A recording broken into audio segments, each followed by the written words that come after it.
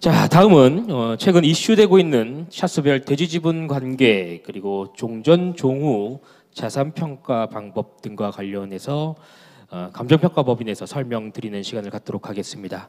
자, 우리 설명은 제일감정평가법인의 박영균 평가사님께서 또 상세히 좀 설명드리도록 하겠습니다. 큰 박수로 환영해 주시기 바랍니다.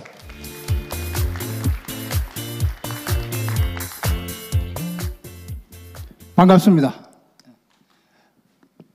이 그림이 우리 한강에서 바라본 압구정 현대아파트의 미래가 맞을까요? 네.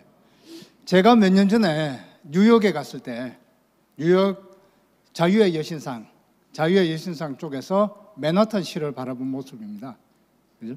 그래서 아직 우리는 설계가 선정되어 있지 않기 때문에 저희들이 구체적인 향후 신축 설계안에 대한 내용이 없어서 제가 설명 자료를 만들다가 우리 압구정 현대가 대한민국의 최고의 아파트라면, 그죠? 그럼 또 미국의 뉴욕의 맨하탄에 버금가는 멋진 아파트로 다시 탄생하지 않을까 하는 바람에서 제가 한번 앞에 사진에 먼저 한번 띄워봤습니다. 먼저 우리 압구정 3구역은 큰 대단지 아파트입니다. 그리고 그 안에 많은 차수별로 복잡한 또 다양한 조건들이 수반되어 있어요. 그러다 보니까 지난 7월 총회에서 우리 조합에서 감정평가 업체를 선정을 했는데 4개의 감정평가법인이 선정이 됐습니다. 그래서 오늘 이 자리에 다 참석을 했고요. 해서 우리가 앞으로 공정하고 적법하게 잘 평가를 하겠다는 뜻에서 이 4개 업체에서 다 나오셔서 우리 조합원님들 앞에 먼저 인사를 한번 드리고 설명회를 시작하도록 그렇게 하겠습니다. 예, 앞으로 나오시죠.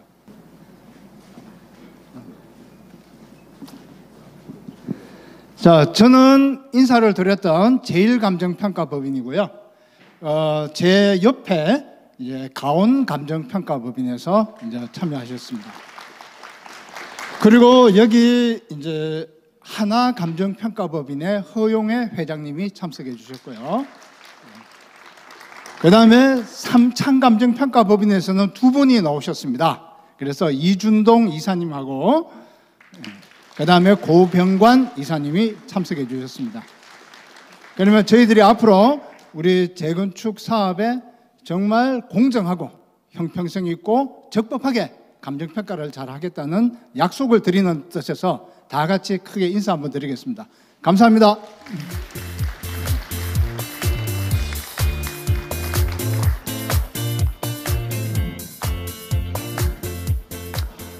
오늘 제가 설명을 드릴 내용은요, 여러분들은 아마 지금 분담금 얼마인데 그게 잘 궁금하시겠죠. 그죠? 그렇지만 아직 저희들은 분담금을 산정할 수가 없습니다. 왜냐 그러면 건축계획이 없으니까요. 그죠? 건축계획이 있어야 되는데 지금 건축계획이 없어서 여러분들 분담금을 산정할 수가 없어요. 그래서 오늘 설명드릴 내용은 우리 재건축 사업에 있어서 그러면 감정평가는 왜 필요한가? 그 부분에 따른 감정평가의 필요성에 대해서 먼저 설명을 드리고요.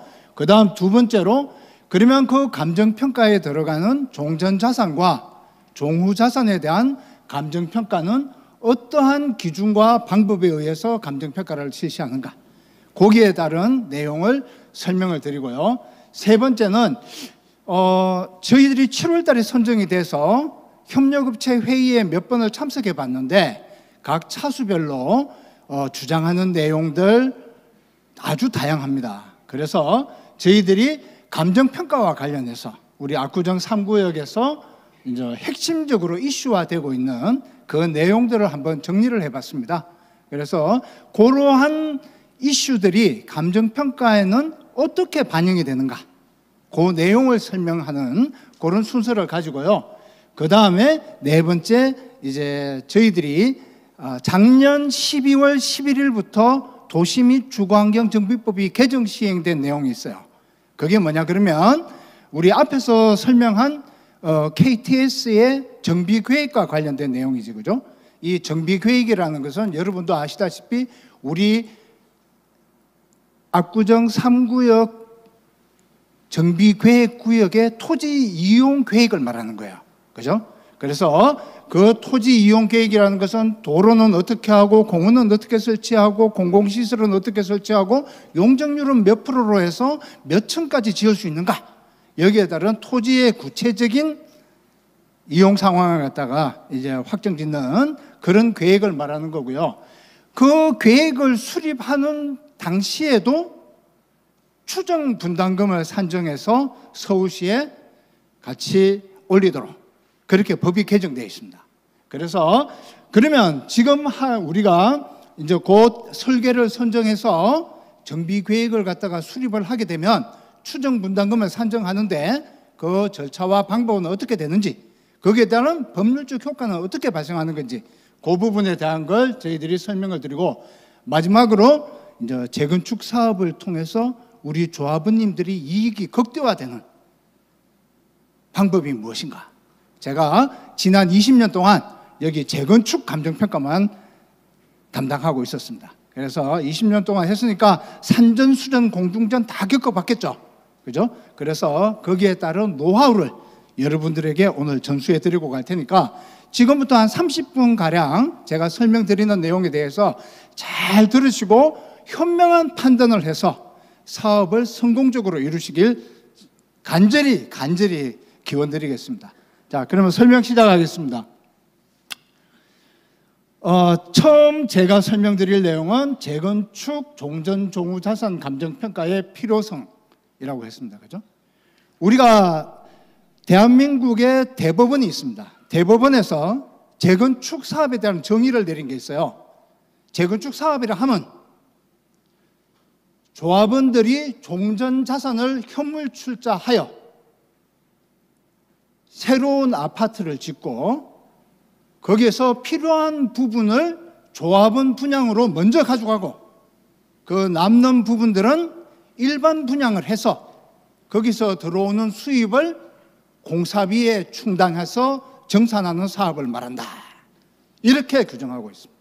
그죠? 우리가 대법원 판례를 갖다가 중요시하는 이유는 이 대법원 판례는 법은 아니에요. 법은 아니지만 법과 같은 효력이 있습니다. 왜냐 그러면 우리나라는 3심 제도를 두고 있죠. 그죠? 일반 법원에서 1심, 고등법원에서 2심, 그리고 대법원에서 3심을 두고 있는데 이 대법원의 판결은 하급심의 판결을 구속하는 기판력이라는 게 있습니다. 그러다 보니까 법과 같은 효력이 발생해요. 그래서 모든 기준과 방법은 법에 적법하게 이루어져야 돼요. 그죠? 그래서 여기 보시는 것처럼 우리가 종전자산과 종후자산을 감정평가, 이런 건 사진 찍으셔도 좋습니다. 이거 사진 찍으셔가지고 집에 가서 시간 날 때마다 한번 열어보시고, 내 분담금이 이렇게 산정되는 거구나. 이렇게 여러분들께서 자꾸 학습을 반복하는, 그죠? 그 다음에 또 더 유용하게 자료를 활용할 수 있을 겁니다. 그래서 여기 보시는 것처럼 우리가 종전 종후자산을 평가하는 이유는 바로 조합원 분담금을 산정하는 기준이 때문이네요. 그죠? 기준이 되기 때문에 그렇다. 그래서 지금 이 레이저 포인트가 안 되는데요. 제가 말로 설명해 드릴게요. 조합원 분담금은 는 돼 있죠? 그죠? 부등호. 그 다음에 신축 아파트의 조합원 분양가. 즉, 조합원님들이 향후에 동호수 추첨을 들어가서 내가 들어가서 살아야 될 집, 거기에 따른 조합원 분양가에서 그 해당 조합원의 권리 가액을 차감한 것, 그 차이를 분담금으로 내게 된다. 그죠? 그래서 물론 이 부분에 대해서 다 알고 계시는 조합원들도 계실 거예요. 하지만 오늘은 모르는 분들을 위해서 자세히 설명을 해드리고 또 아시는 분들은 또 한 번 더 그걸 복습을 해서 더 정확하게 알는 그런 이제 시간을 가지는 자리니까 조금 이해해 주시고요. 그러면 이 내 조합원의 무상 권리 가액은 어떻게 산정하느냐? 여기 중간쯤에 보면은 종전자산 평가액에다가 비례율이라는 걸 곱한다. 그죠? 이 비례율을 곱하게 되면은 그것이 나의 무상 권리 가액이다. 그러면 이건 뭐냐? 내가 먹고 들어가는 거예요, 이제. 그죠? 내가 묻고 들어가는 가격이에요. 그러면 그 차익을 갖다가 이제 우리가 분담금으로 내게 되는데, 그러면 내가 들어갈 집의 조합원 분양가보다 내 무상 권리가액이 크면 그 차이를 환급금을 받는 거예요. 그죠? 그런데 나는 한 평이라도 더 큰 집에 들어가 살란다.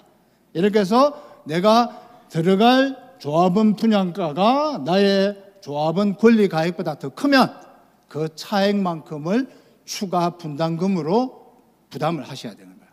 그죠? 그렇게 해서 우리가 여기 보시는 것처럼 중간에 사진이 두 개가 있죠. 그 종전자산에 대한 감정평가도 감정평가사들이 평가를 하게 된다. 그죠? 종전자산은 구축 아파트, 지금 현재 조합원님들이 살고 있는 아파트. 그죠? 그 다음에 종후자산, 종후자산은 새로 지어질 아파트. 그죠? 신축 아파트에 대한 걸. 그러면 또 한 가지 여러분들이 여기서 한 가지 더 알아야 될 건, 여러분들의 정산은 조합원 분양가와 여러분의 무상 권리가액의 차이를 정산한다고 했죠. 그러면 또 분양가 또 하나 더 있죠. 일반 분양가가 있잖아요. 그죠? 일반 분양가는 외부에 매각을 해서 그걸 우리가 공사비에 충당을 해야 된다고 했죠. 그죠? 그런데 그 일반 분양가는 우리 이 감정평가사가 평가하는 게 아니에요. 그거는 지금 우리 서초구, 강남구, 송파구, 용산구, 이 가장 뜨거운 이 4개 구는 아직 분양가 상한제가 폐지가 안 됐습니다. 그렇기 때문에 그것은 향후에 강남구청에서 자신들이 정해줍니다. 뭐에 의해서? 법에 의해서. 공동주택 분양 가격 산정 등에 관한 규칙이라고 있어요. 그 규칙에 의해서 그 사람들이 정해주면 그 범위 안에서 팔아야 됩니다. 그런데 또 모르죠. 세상이 또 어떻게 바뀌어서 우리 강남구의 압구정동만 그러면 분양가 상한제에서 해제시켜준다. 뭐 이렇게 되면은 저희들도 시세대로 해서 1억 5천 뭐 이렇게 해서 팔 수가 있겠죠. 하지만 지금은 그게 안 된다.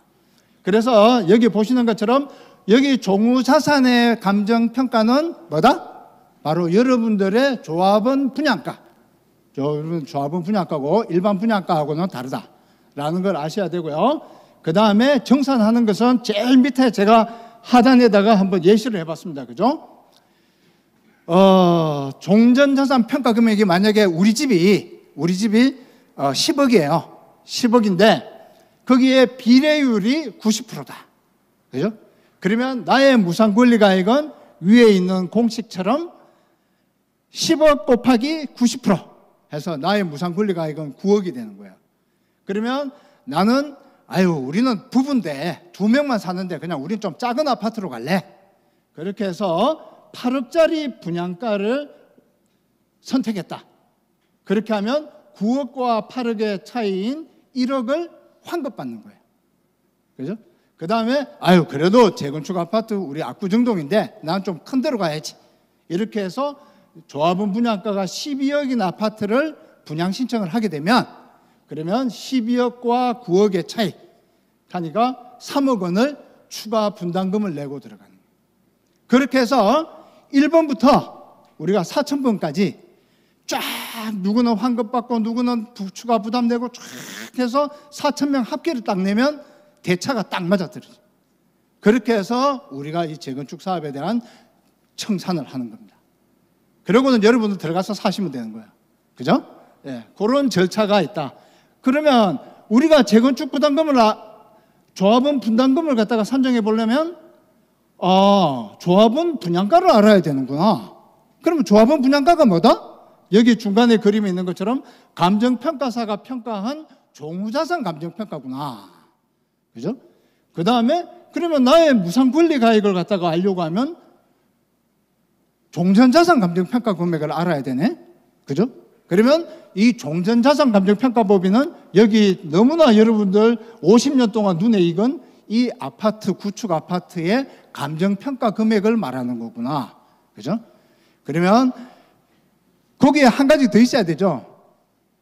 이제 향후에 이제 시공사를 선정하면 공사비가 확정돼야죠. 그죠? 그렇게 되면 분양가와 종전가격, 공사비 이 세 가지를 알게 되면 여러분의 분담금을 산정할 수가 있습니다. 그죠? 그렇게 해서 그러기 위해서 첫 번째 알아야 될 게 바로 그러면 내가 지금 현재 살고 있는 이 집에 대한 감정평가는 어떻게 하는가? 이것도 우리 법에 자세히 규정을 하고 있습니다. 그래서 그 부분에 대한 걸 갖다가 이제 설명을 드리도록 하겠습니다. 여기 아까 도시계획 쪽에서도 설명을 하던데요. 우리가 지금 이제 재건축 사업에 대한 절차가 법에 명시가 되어 있습니다.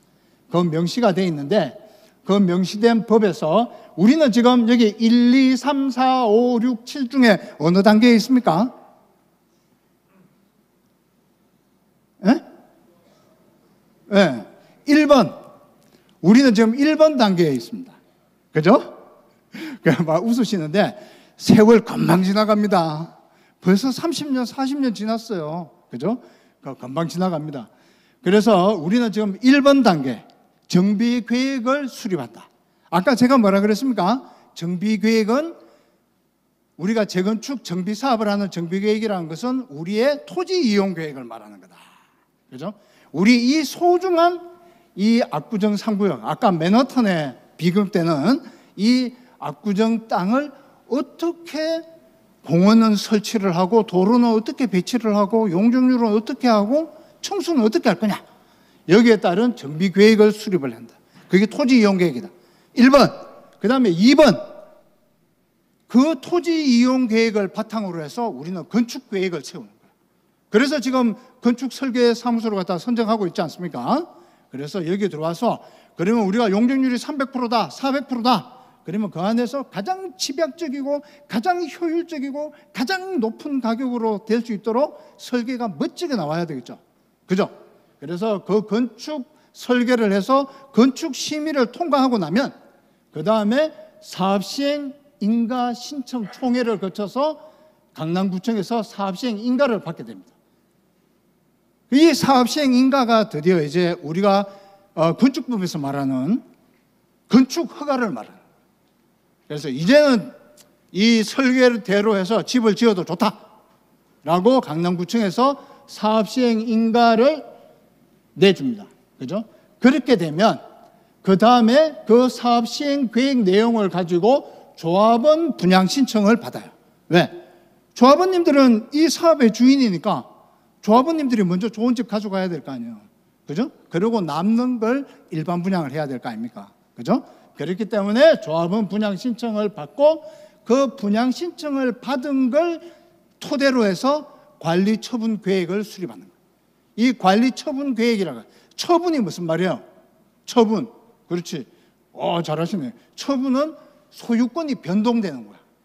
그죠? 그러면 내가 두꺼봐 헌집 줄게 새집 따오. 그 새집에 대한 부분이 결정되는 겁니다. 그래서 관리 처분이 이 재건축 사업의 꽃이다. 그건 이제 그만큼 제일 중요하다. 뭐 이런 뜻이겠죠. 그러고 나서 이제 인가를 받고 나면 이제 여러분들은 이주하게 되고 철거하고 시공사가 아파트를 새로 짓겠죠. 그죠? 그러면 여기 보시는 것처럼 제가 아까 말씀드린 정비계획을 수립하는, 정비계획을 수립하는 단계에서 1번에서 추정분담금을 산정해야 된다고 했죠. 이것도 법에 정해져 있어요.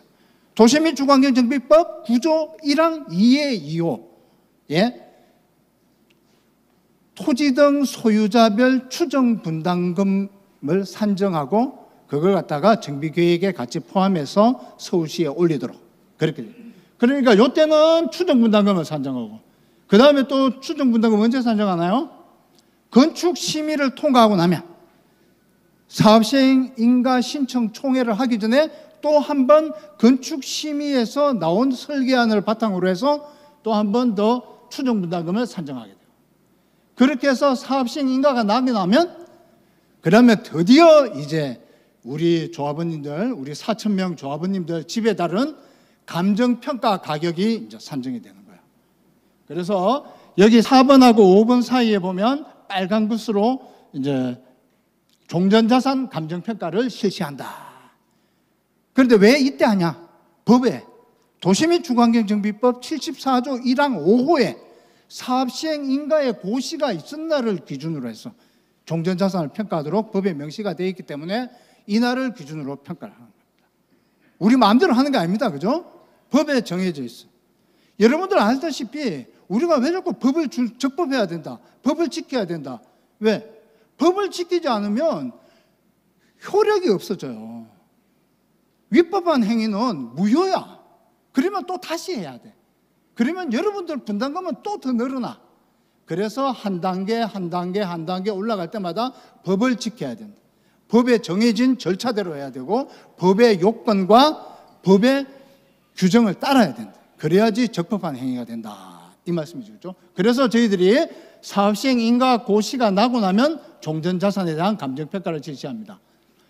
그렇게 해서 조합원 분양 신청을 받고 나면 관리 처분 계획 수립을 위해서 그 위에 또 빨간 또 박스가 하나 더 있죠. 거기에 이제 종후 자산에 대한 감정 평가를 한다. 왜? 거기에 따른 기준 시점은 조합원 분양 신청 기간 만료일을 기준으로 하도록 되어 있으니까. 그래서 그때 평가를 하게 되고 추정 분담금은 우리 지금 이제 곧 해야 됩니다. 그죠? 이번에 설계 이제 선정하고 하면 이제 해야 돼요. 그렇게 해서 도정법 구조에 따라서 이제 추정 분담금을 산정해야 되고 그 다음에 사업시행인가 신청 들어가기 전에 또 한 번 추정 분담금을 해서 조합원들에게 또 알려드려야 되고, 그죠? 그 다음에 조합원 분양 신청을 위한 추정 분담금 산정을 조합원 분양 신청할 때 또 한 번 하라고 되어 있는데 이때는 그냥 우리가 계략적인 분담금 책자가 아예 나갑니다. 나가서 여러분들이 자, 여러분들 지금 현재 종전 금액에서 내가 몇 평 갈 때 분담금이 얼마 정도 예상되니까 여러분들 신청 잘하세요.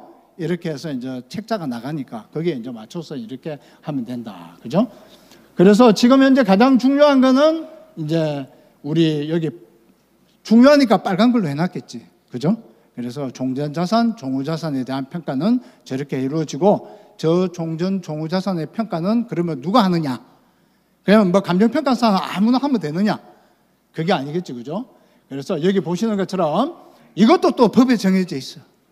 우리 다 법에 정해져 있습니다. 법대로 해야 돼. 우리 마음대로 할 수 있는 게 없어. 그죠? 여기 보시는 것처럼 도시 및 주거환경정비법 74조 요거는 사항입니다. 그죠? 사항에 빨간 글씨 제일 밑에 나목이 있죠. 그죠? 나목이네. 그죠? 나목이 있어요. 나목에 재건축 사업 땡땡 시장 군수 등이 선정한 한 개 이상의 감정평가법인과 조합 총회의 의결로 선정된 한 개 이상의 감정평가법인. 요 사람만이 감정평가를 여러분들 전체 분담금 산정을 위한 감정평가를 할 수가 있다. 이 말씀이죠. 그죠? 그래서 여기 그림으로 이쁘게 만들어 놨습니다. 그죠? 시장 군수. 그러면 여기 어디입니까? 강남구청이 되겠죠. 강남구청에서 감정평가사를 뽑아서 보내줍니다.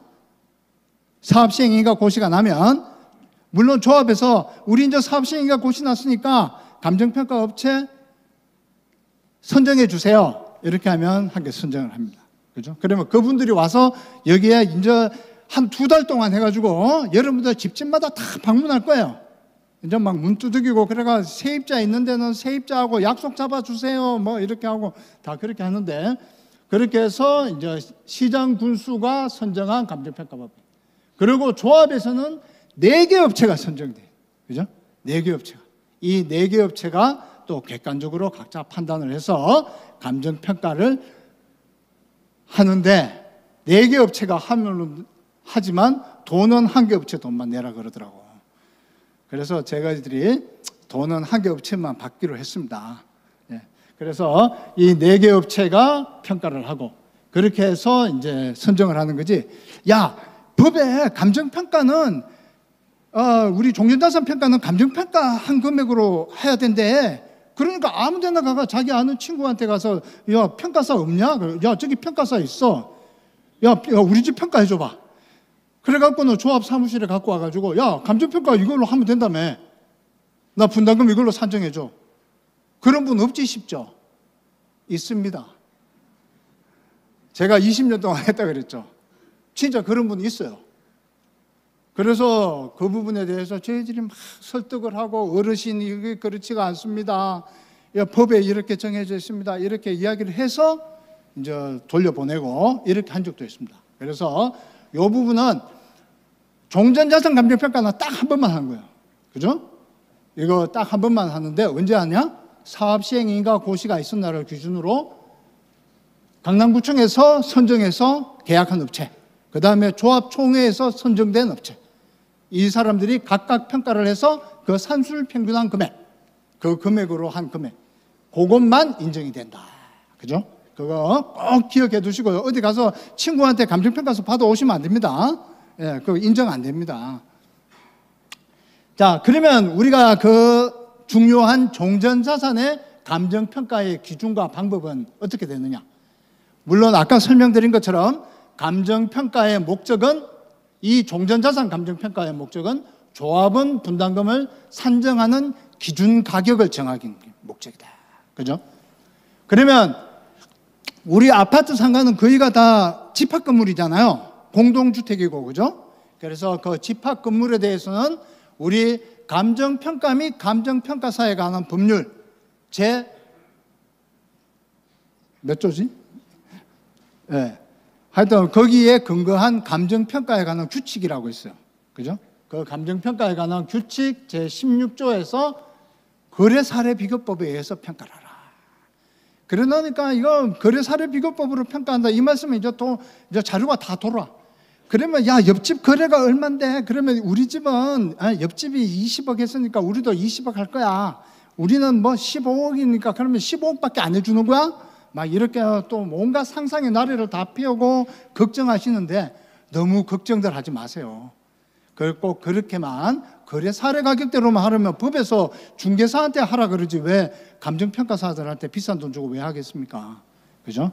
그런 부분들을 저희들이 다 모아서 공정하고 형평성 있게 평가를 할 거니까 그 부분에 대해서는 너무 걱정을 안 하셔도 되고요. 그래서 우리가 여기 거래 사례에 따른 비교 사례들을 채택하기 위해서 여기 보시는 것처럼 압구정 3구역의 모든 차수의 정상적인 거래 사례들을 다 수집을 합니다. 언제를 기준으로? 사업 시행 인가의 고시가 있었 날을 기준으로. 그러면 사업 시행 인가 고시가 뭐 합리적으로 추론을 해보면 한 2년 뭐 그 정도 후가 되겠죠. 거기에 이제 날짜를 기준으로 하기 때문에 지금부터 너무 걱정 안 하셔도 됩니다. 그러면 그러한 자료를 갖다가 다 수집을 해서 저희들이 각 단지별, 각 차수별, 각 동별, 각 층별, 각 라인별, 각 호별로 저희들이 다 분석을 합니다. 그리고 계세요 하고 다 두들겨서 집안에 어떻게 되어 있는지 다 살펴보고요. 그렇게 해서 그러한 요인들을 저희들이 여기 보시는 것처럼 박스가 3개가 되어 있죠. 단지 외부 요인, 단지 내부 요인. 단지 내부 요인은 이제 그 동의 건물 요인을 말하는 거예요. 그 다음에 개별 세대의 호별 요인. 이런 부분들에 대해서 대중교통시설, 그러니까 우리 압구정역이 있고 또 압구정로에 버스 정류장도 있고, 그러면 여기에서 우리 집과의 거리가 어떻게 되는가? 거기에 따른 압구정역에 따른 접근성은 어떻게 우리가 판단이 되는가? 이런 부분들을 저희들이 다 통계 자료로 해서 분석을 합니다. 그 다음에 또 학교와의 거리는 어떤가? 그죠? 학교와의 거리는 어떤가? 그 다음에 도심 상업 업무 시설과의 접근성은 어떠냐? 그 다음에 또 저 앞동은 또 한강 조망이 진짜 제대로 보이긴 보이는가? 집집마다 다 확인해요. 그죠?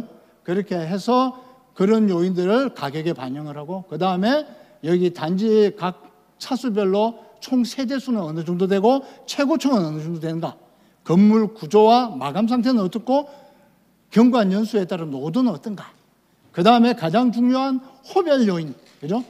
그러면 몇 층이냐? 층수에 따른 차이가 있겠죠? 그죠? 그 다음에 향이 동향이냐? 남향이냐? 서향이냐? 그 향에 따른 차이도 있겠고, 그 다음에 위치별 요인은 어떠냐? 내부 평면은 2배이냐? 3배이냐? 4배이냐? 이런 부분들. 그 다음에 전용 면적의 크기는 얼마냐? 그 다음에 대지권의 크기는 또 얼마냐? 그죠? 이런 부분들, 이런 것들을 갖다 저희들이 다 분석을 해서 가격에 반영을 하게 된다. 그리고 또 한 가지는 여기 보시는 것처럼 거기 하늘색으로 하단에 되어 있습니다. 그죠? 집합 건물의 소유 및 관리에 관한 법률 제20조 해서 전유 부분과 대지 사용권의 일체성이라고 해서 1항의 구분 소유권의 대지 사용권은 그가 가지는 전유 부분의 처분에 따른다. 이게 뭔 말이에요? 그 2항에서 설명하고 있죠. 구분 소유자는 그가 가지는 전유 부분과 분리하여 대지 사용권을 처분할 수 없다. 여러분들이 30평짜리 아파트를 갖고 있으면 내 30평짜리 아파트의 대지권이 15평이야. 그럼 15평 대지권만 팔 수 있어요? 못 팔죠? 중개사 사무소에 가서 암만 나 대지권만 팔고 나는 전용 면적만 좀 가지고 있으면 안 돼? 그러면 해줍니까? 안 해줘. 그죠? 왜? 법에서 못 해주도록 되어 있거든. 그래서 우리가 감정평가 역시도 토지 건물을 일체로 해서 30평이면 30평의 전용 면적의 크기, 거기에 따른 대지권의 크기가 얼마, 이걸 종합적으로 같이 평가를 하는 거지. 대지권 30평 해가지고 요거는 얼마로 따로 평가해주고 전용 면적 얼마는 따로 평가를 해주고 이렇게 평가하지는 않는다. 그죠? 그걸 갖다가 꼭 좀 기억해 두셨으면 좋겠다. 이 말씀을 드리는 거. 그죠? 그래서 제일 밑에 보면은 이게 실제 우리 감정평가사에 들어가는 그 각 호별 가격을 평가하는 산출 근거예요. 저런 식으로 해서 여러 가지 요인들을 다 분석을 해서 요거는 지금 지면 관계상 중요한 항목만 예시하였음 이렇게 돼 있죠. 그죠? 그러니까 이거보다 더 많은 요인들을 다 분석을 해서 어느 한 집도 부당함이 없도록 저희들이 최선을 다해서 평가를 할 것을 약속드린다 이 말씀입니다. 그 다음에 이제 조합원 분양가, 그러니까 일반 분양가가 아니고 조합원 분양가는 그러면 어떻게 평가하느냐? 그러니까 조합원님들은 생각하실 때, 조합원 분양가는 아파트가 없는데 종전은 다 집집마다 들어와 본다는데 그러면 우리 조합원 분양가는 없는데 이건 어떻게 평가하냐? 궁금하실 거 아닙니까? 그죠? 그래서 여기 보시는 것처럼 저희들이 조합원 분양가 역시도 감정평가의 목적은 우리가 분담금 산정을 위한 거예요. 그런데 여기에는 원가법이라는 글자도 하나 들어가 있죠. 그죠? 거래 사례 비교법으로만 평가하는 게 아니라 원가법도 같이 평가해요. 그죠? 그래 쭉 밑에 내려와 보면 원가법 해서 분홍색 박스에 종후자산 감정평가액 총액은 종전자산 감정평가액 총액 플러스 정비사업비 마이너스 보조금 이렇게 해서 원가법으로 평가한다고 도시민 주거환경 정비법 시행령 76조 3항에 그렇게 규정이 되어 있다. 그죠? 여기 뭔 말이냐 그러면요. 여러분들 지금 아파트가 없어요. 평가하려고 보면 요거는 가격 기준 시점이 언제라 그랬나요?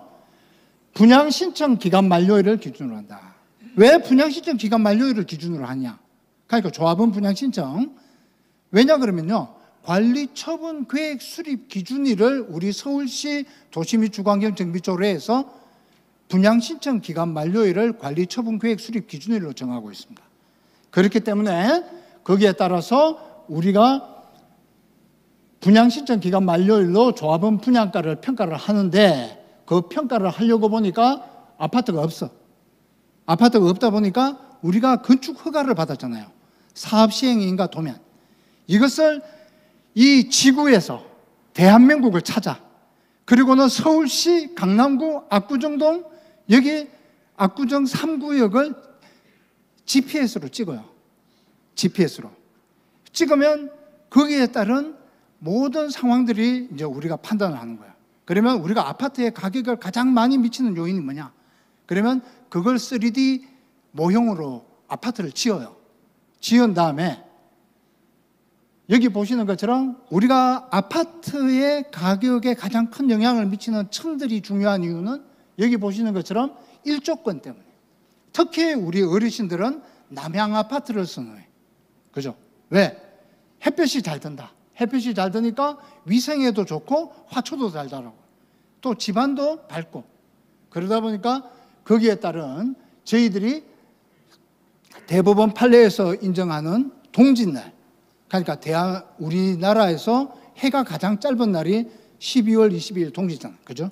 그 동짓날 오전 8시부터 오후 8시까지 이렇게 아파트를 갖다가 컴퓨터 그래픽으로 지어놓고 이 위치에 이 위치에다 지어놓고 햇볕을 동쪽에서부터 서쪽으로 오전 8시부터 오후 4시까지 8시간 동안 이동하는 실험을 해요.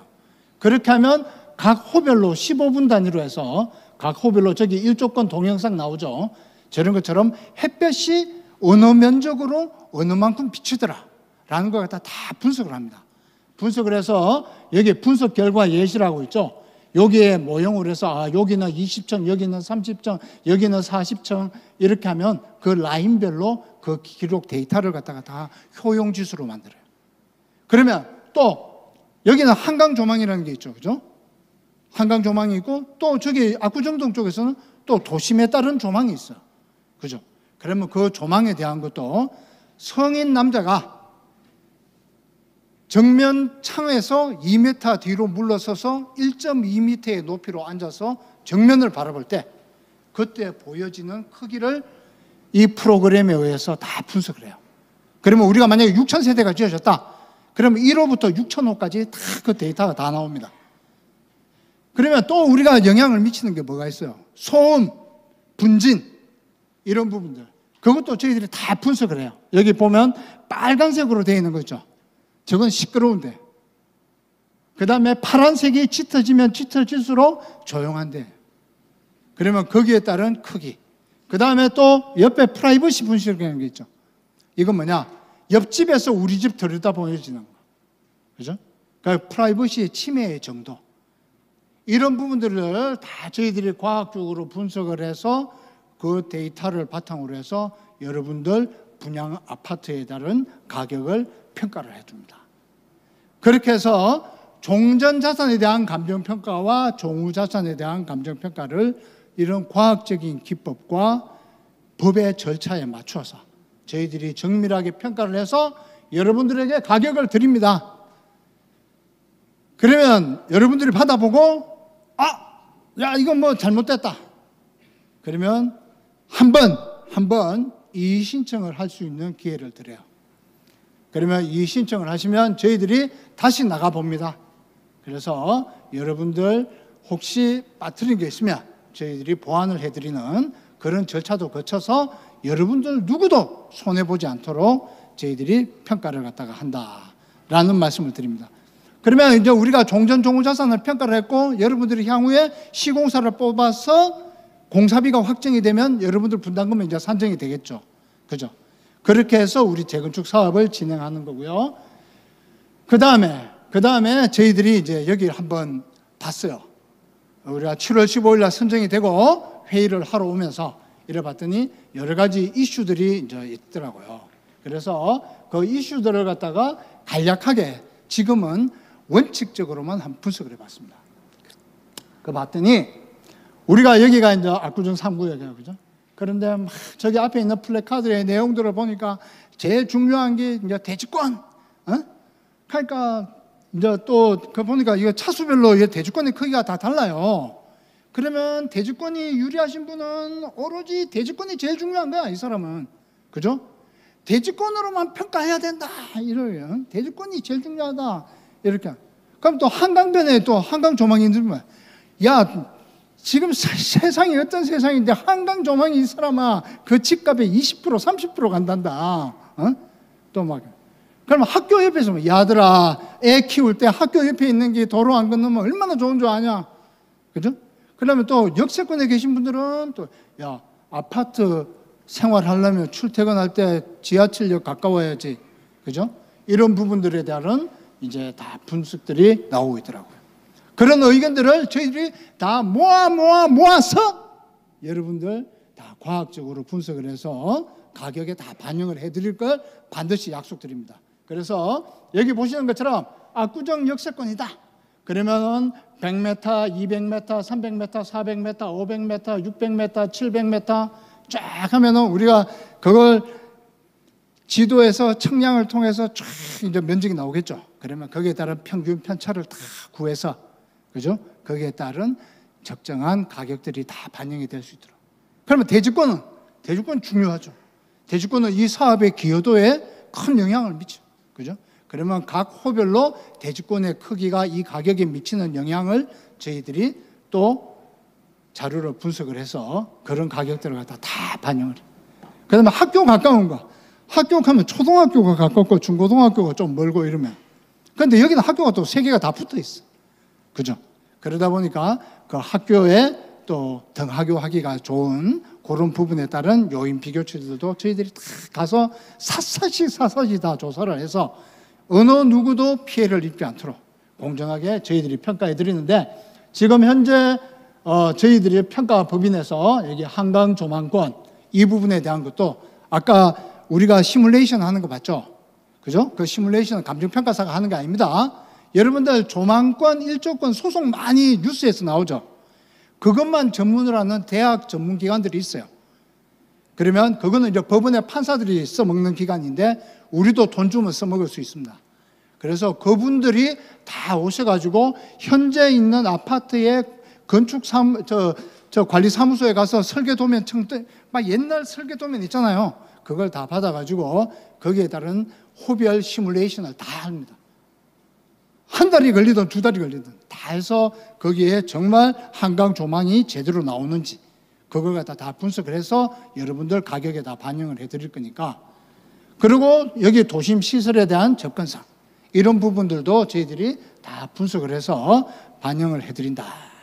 그래서 우리가 지금 모르고 있거나 절대 어떤 항목도 외면하지 않는다라는 걸 여러분들께서 꼭 기억해 주셨으면 저희들이 더 힘을 내서 열심히 평가를 갖다가 공정하게 잘 하도록 그렇게 해보겠습니다.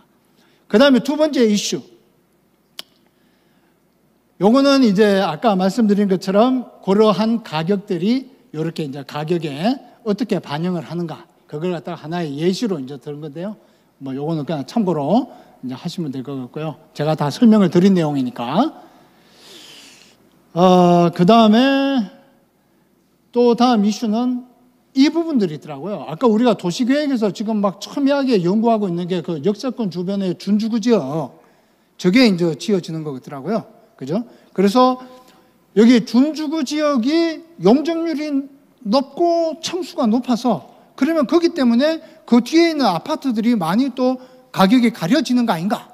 뭐 이런 부분에 따른 이제 또 불안한 점을 갖다 갖고 있는 분들이 있는데, 그 부분에 대한 것도 요거는 아직 건축 설계가 없으니까 단순 예시긴 하지만 요것도 법 규정에 그죠?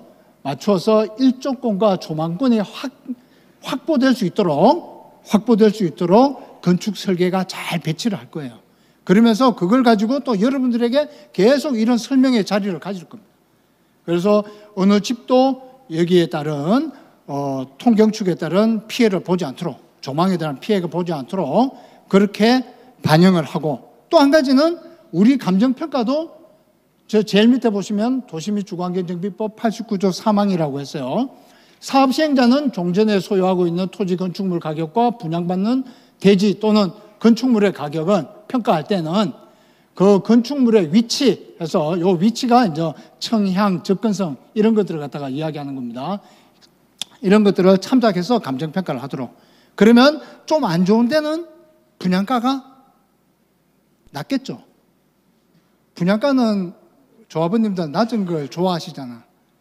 종전 가격은 높은 걸 좋아하시고, 그죠? 다 그렇잖아요. 그렇듯이 그런 데는 좀 낮고 또 좋은 데는 또 높고, 그래야지 그게 형평성에 맞다. 우리가 그래야 얘기하지. 다 똑같다. 이거 하면 그게 형평성이 맞는 게 아니잖아. 그죠? 그렇게 해서 저희들이 이제 평가를 하니까 그런 부분에 대한 거는 이제 건축 설계사가 뽑히고 나면 그 이제 배치하면서 그런 부분에 따른 우려들을 많이 시뮬레이션을 통해서 해소가 될 것이다. 이제 그렇게 이제 보고요.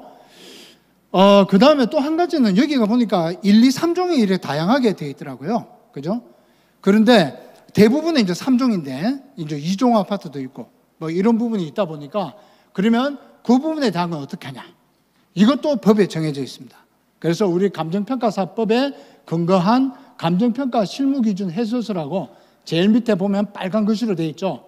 거기에 3호에 보면은 해당 정비사업의 시행을 직접 목적으로 하여 용도지역이나 용도지구 등의 정비계획이 변경된 경우에는 변경되기 전 용도 지역 및 용도 지구 등을 기준으로 감정평가한다. 그러니까 2종은 2종으로, 그 다음에 3종은 3종으로 평가를 하지, 3종이 준주구가 됐다고 해서 종전자산 평가를 준주구로 평가하는 거 아닙니다.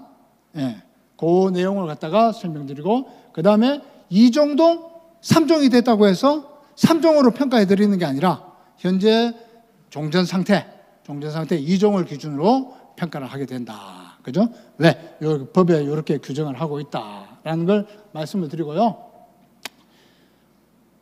그 다음에 이제 우리가 세 번째로 이제 설명드릴 건, 우리는 이제 종전 종후 자산에 대한 평가와 우리가 여기 핵심 이슈로 하는 한강 조망, 역세권, 대지권, 학세권, 도심 시설 접근성, 이런 부분에 따른 가격에 영향을 미치는 요인들을 어떻게 분석한다는 걸 설명드렸으면, 이제 세 번째로 추정 분담금 산정과 실제 감정 평가의 법률적 비교 분석이라고 했습니다.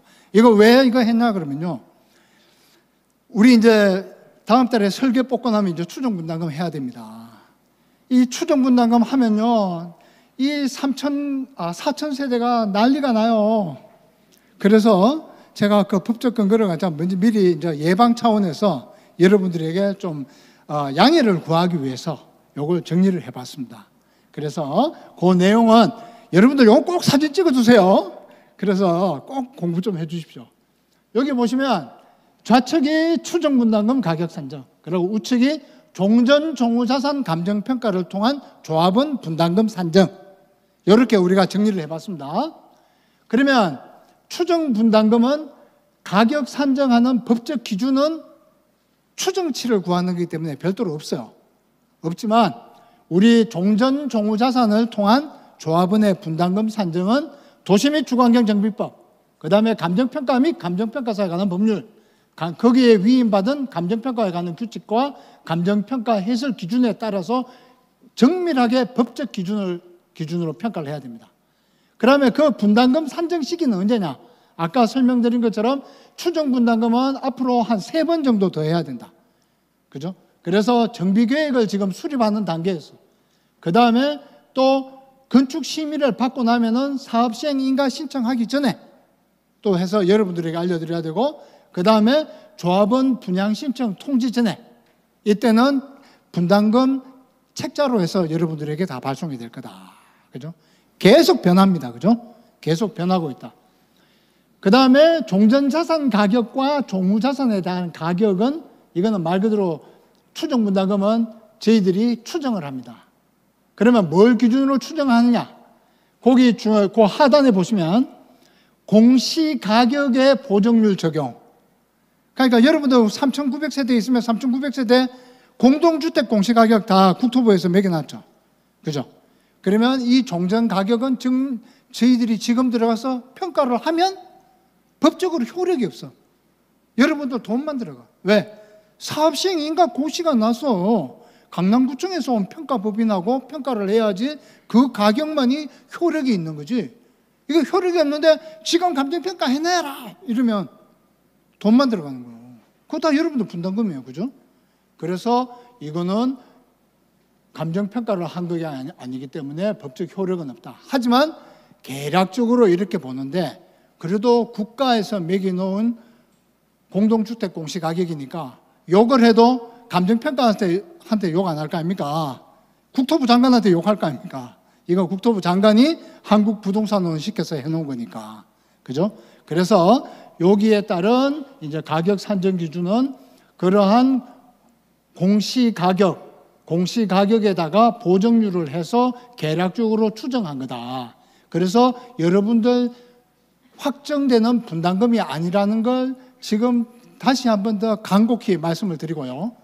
그 다음에 우리 감정평가는 실제로는 아까 말씀드린 것처럼 법의 규정에 의해서 종전자산은 사업시행 인가 고시를 기준으로, 그 다음에 종후자산은 분양신청 기간 만료일을 기준으로 이때 평가를 한 거, 이것만이 여러분의 분담금을 산정하는 기준이 되는 거다.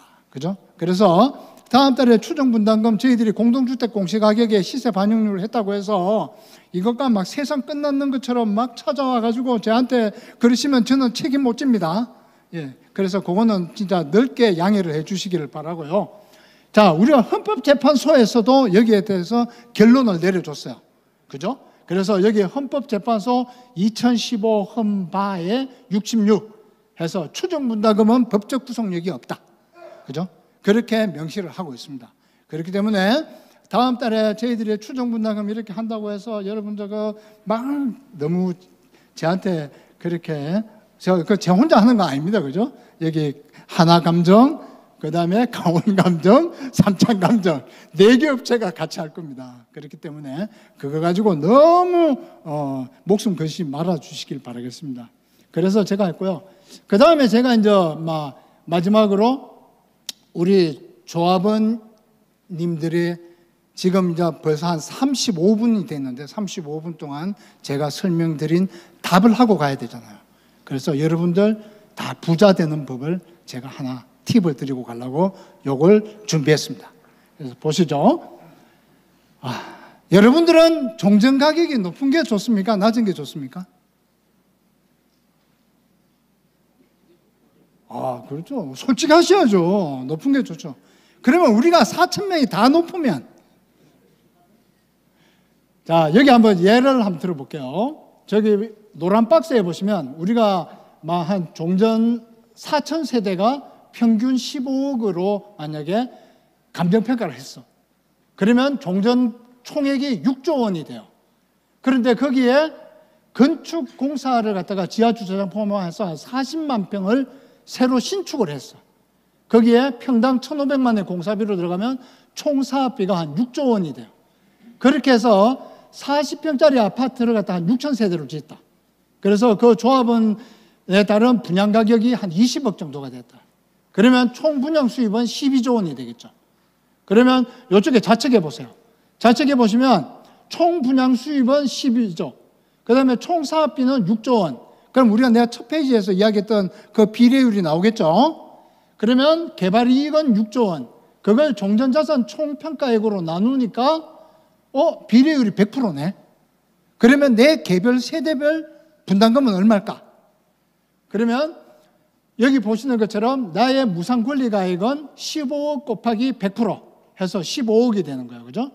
그러면 세대별 조합원 분담금은 내 분양가격 20억에서 내 무상권리가액 15억을 빼니까 5억 원이 돼요. 그죠? 그런데 15억이라니 말도 안 된다. 그러니까 조합 사무실 폭파시키겠다. 평가사들 다 형사 고발해라. 막 이렇게 난리를 친단 말이에요. 그래가지고 이 마음 약한 평가사가 법을 위반하면서까지 만약에 30억으로 2배를 갖다 평가를 해줬어. 그죠? 만약에 그러면 자, 어떻게 되나 보세요. 자, 총 분양 수입은 12조로 같아. 그 다음에 총 사업비도 40만 평 지어지니까 6조 원이야. 그러면 수입에서 비용을 뺀 총 개발 이익은 6조 원이에요. 그런데 그 분모에 들어가는 종전자산 평가 금액이 6조에서 2배가 돼가지고 12조가 됐어. 그러면 비례율이 몇 프로예요? 50%. 그러면 내 무상권리가액은 어떻게 돼? 내 평가 금액 30억에다가 50%를 곱하니까 15억으로 똑같아지는 거야. 그죠? 그러면 내 분담금은 20억에서 15억을 빼니까 5억으로 똑같은 거예요. 이렇게 계산되는 겁니다. 그러면 조합원 분양가는 조합원 분양가도 똑같습니다. 그래서 여러분들 이 사업에서 발생하는 내 분담금을 절약하기 위해서는 조합원 분양가나 내 종전 가격이 4,000명의 마음이 똑같지 않겠습니까? 그죠? 뭐 너희 집 그래 높여라, 우리 집 낮게 할게, 이런 사람 한 명도 없어요. 그죠? 너희 집 높으면 우리 집도 높여야지. 다 그러는 거 아닙니까? 그렇게 하면 거기에 따른 조합원 분담금에는 아무 영향을 안 미쳐요. 그러면 진짜 영향을 미치는 건 뭐냐? 바로 여기 보시는 것처럼 개발 이익을 갖다 증가시켜야 돼요. 그러면 개발 이익을 증가시키려면 어떻게 해야 되나? 일반 분양 수입을 증가시켜야 돼요. 또는 공사비를 최소한 절약해야 됩니다. 이 두 가지만이 이 개발 사업에 우리 조합원 4,000명 전체의 분담금을 줄이는 핵심 사항이에요. 그죠? 그러기 위해서는 여기 보시는 것처럼 아이고 죄송합니다. 여기 보시는 것처럼 외부 분양 수입을 증가시켜야 돼요. 일반 분양 수입을 증가시키고 임대주택 매각 수입을 증가시켜요. 그죠? 그러기 위해서 세부적으로 분양 면적을 갖다가 정대시켜야 돼요. 그리고 용적률을 높여야 되고, 그죠? 거기에 따른 최적의 규모의 세대 구성을 갖다가 설계를 잘 해서 그렇게 해서 해야 되는 부분입니다. 그런데 우리 안타깝게도 여기는 너무나 가격이 높은 단지다 보니까 분양가 상한제에 딱 걸려 있어요. 그죠? 그러면 그 틈을 이용해서 우리가 또 분양가 상한제에서 분양가를 또 높이는 방법들이 또 있죠. 그죠? 이거 유튜브로 나가고 있기 때문에 말을 안 하겠습니다. 하지만 조합으로 찾아오시면 제가 알려드릴게요. 그런 노하우를 모아서 이익을 극대화시키는 방안을 찾아내야 돼요. 그 다음에 사업 기간을 단축시켜요. 왜? 우리 영어 처음 배우면 뭐라 그럽니까? Time is money. 시간이 돈이에요. 이 재건축 사업은. 시작했으면 빨리 졸업하고 입주해야 돼요. 그죠? 그래야지 거기에 따른 금융비용이라든가 다른 부대 비용들을 최소화시킬 수 있습니다. 그렇게 해야지 이 사업이 여러분들에게 황금알을 낳는 거위가 될 수도 있는 거예요. 그죠? 그런데 맨날 막 이렇게 하면 그거 다 조합원님들 분담금이에요. 그죠? 그래서 사업을 단축시키기 위해서 우리가 대동단결해야 된다. 그래가 빨리 졸업해야 돼요. 그죠? 그런 부분들이 있다. 그리고 거기에 따라서 여기 이제 법인세가 많이 나올 거예요. 그러면 저희들이 또 누굽니까? 20년 동안 재건축만 또 열심히 평가했으니까 여러분들 법인세 최소화되도록 할 수 있는 노하우가 있습니다. 그래서 그 노하우는 제가 여기 방송 중이니까 제가 개별적으로 제가 알려드리는 그런 자리를 갖도록 하고요. 이렇게 해서 저희들이 사업을 성공적으로 하고 나면 제가 몇 년 전에 맨하탄에 가서 자유의 여신상 앞에서 저 맨하탄 시를 봤습니다. 딱 저 모양 그대로더라고. 그죠? 여러분도 다 가보셨잖아요. 여러분들 부자 되셔야죠. 부자 되시는 방법은요, 지금 말씀드린 딱 두 가지예요. 시간 단축해야 돼. 시간 단축해서 여러분들 분담금을 최소화시키는 거. 또 하나, 제일 중요한 거, 집 팔지 마세요. 압구정동 집 팔았다가 다음에 못 들어옵니다. 압구정동 절대 못 들어와요. 절대 집 팔지 말고 끝까지 갖고 계십시오. 재건축 끝날 때까지. 그러면 여러분 모두 다 부자 되실 겁니다. 감사합니다.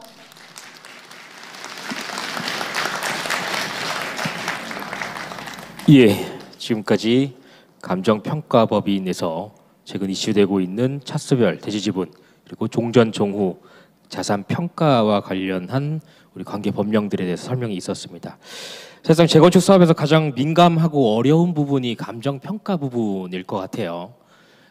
이렇게 쉽게 설명을 해주신 게 귀에 쏙쏙 들어올 정도로 설명을 잘 해주신 것 같습니다. 다시 한번 감사의 말씀을 드리고요.